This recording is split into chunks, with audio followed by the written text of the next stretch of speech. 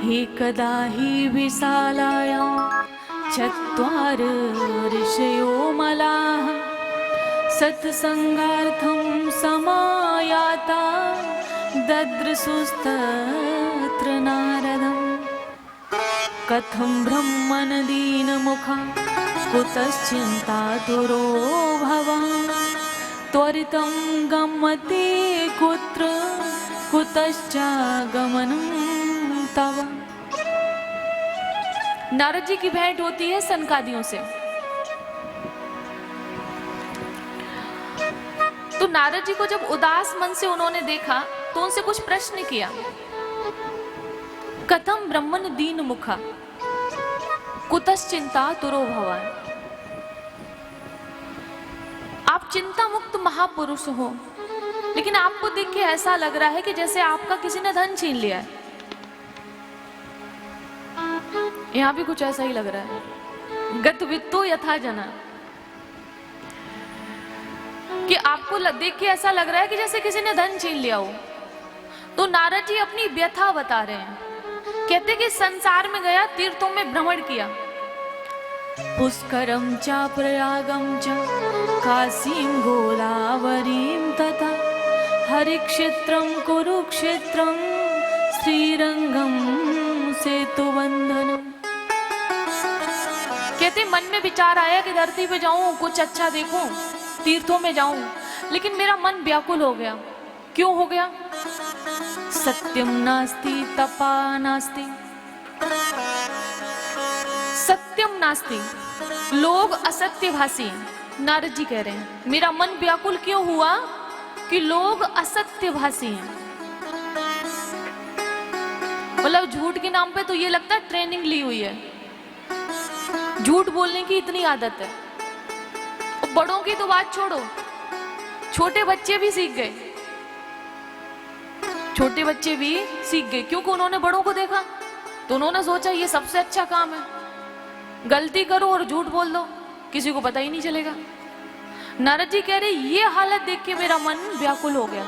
सत्यम नास्ति, लोगों में तप नहीं है। एक घंटा किसी एक स्थान पर बैठ के ईश्वर को याद करके एक माला का जाप नहीं होता है, अर्थात तप नहीं है। सोचम नास्ति, लोगों में पवित्रता नहीं है। पवित्रता का अर्थ होता है जैसे हमने साबुन से नहा लिया, शरीर तो शुद्ध हो गया, मन शुद्ध कैसे हो? सर्फ एक्सेल से कपड़ों को धो लिया, वस्त्र तो साफ हो गए, शरीर भी साफ हुआ, वस्त्र भी हुए, मन कैसे साफ हो? मन साफ नहीं है तो फिर पवित्र की श्रेणी में नहीं आ सकते। कहते हैं कि जब ये हमने हाल देखा तीर्थों का तो हम कहाँ गए? श्रीधाम वृंदावन। श्रीधाम वृंदावन नारद जी आए तो नारद जी कहते हैं वहां पे जाके और भी मन व्याकुल हो गया। वहां पे क्या देखा? बोले वहां पे देखा कि एक स्त्री युवा रो रही है और दो वृद्ध पुरुष लेटे हुए हैं। उनका नाम क्या था? ज्ञान और वैराग्य। कथा कराना है ये ज्ञान तो है, लेकिन कथा करा के ध्यान पूर्वक सुनना है ये ज्ञान नहीं है। और ये ज्ञान नहीं है तो फिर नींद तो आएगी आएगी, ये तो सच है, नींद आएगी आएगी। तो इसीलिए ज्ञान सो रहे हैं, वैराग्य सो रहे हैं श्रीधाम वृंदावन में, और भक्ति नृत्य कर रही है। नारद जी कहते हमने जब ये नजारा देखा तो हम पास गए। भक्ति मैया ने अपना पूरा परिचय दिया। अहम भक्ति ऋतिख्याता इमौ मैं तनयौ मतौ ज्ञान वैराग्य ना मानौ काल योगे न जर्जरो। नारद जी ने कहा कि मैया मुझे एक बात बताओ, जैसे प्राय देखने को मिलता है कि माता बूढ़ी होती है और बच्चे युवा होते हैं, लेकिन यहाँ पे उल्टा है, मैया युवा है और बच्चे वृद्ध हैं। क्योंकि लोगों में ज्ञान नहीं है, लोगों में वैराग्य नहीं है।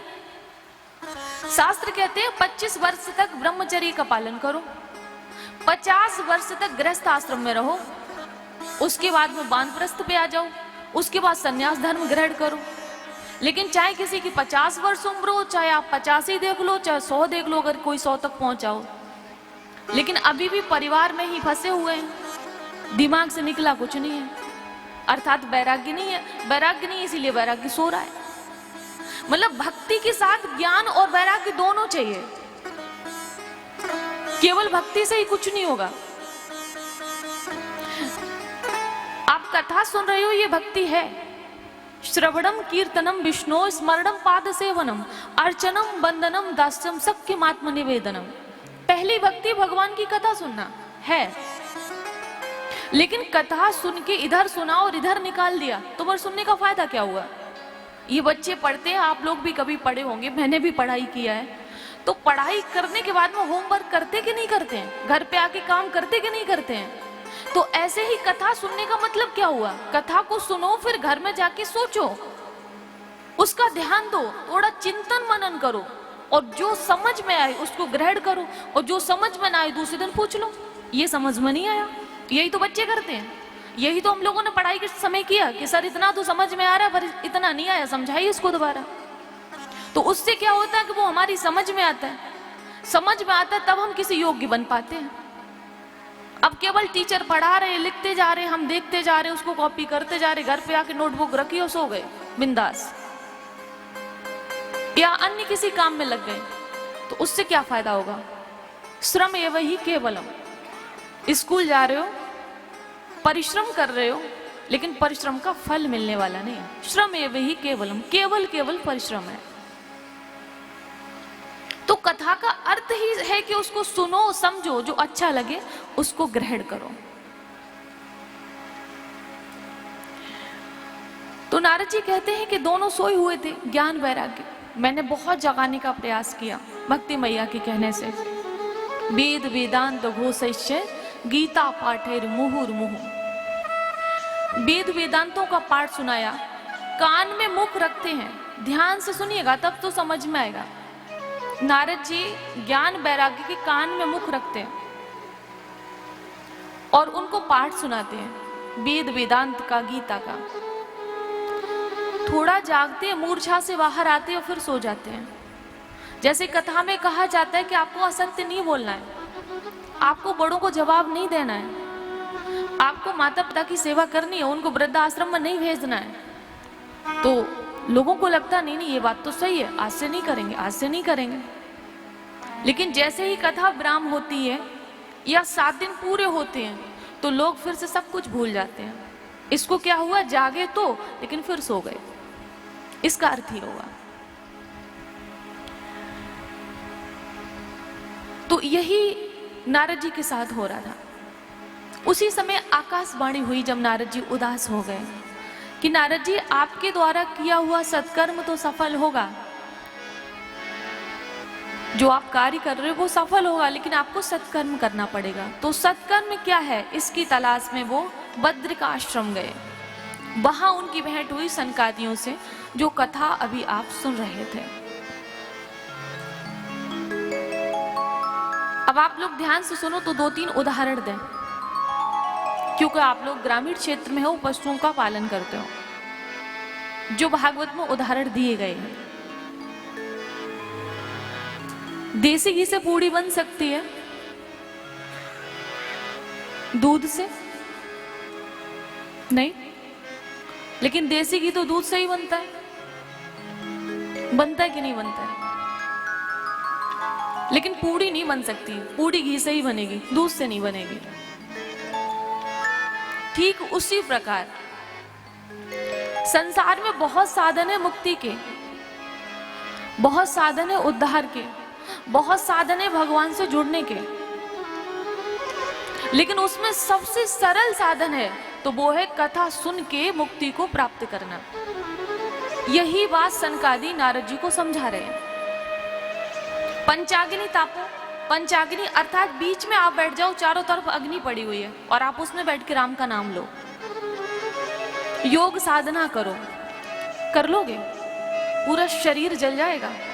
लेकिन कथा आराम से, यहाँ पे हवा भी लग रही है, हवा भी चल रही है, आराम से कथा सुनते रहो, और सुनने से जो अच्छा लगे उसको जीवन में अपना लो, और उसी से भव से बेड़ा पार है। ज्यादा कुछ करने की जरूरत नहीं है। लेकिन हाँ, 100 बातों में एक बात तभी समझ में आएगी जब 100 बातें सुनोगे, और 100 में से 100 ही नहीं सुनी तो एक भी समझ नहीं आएगी।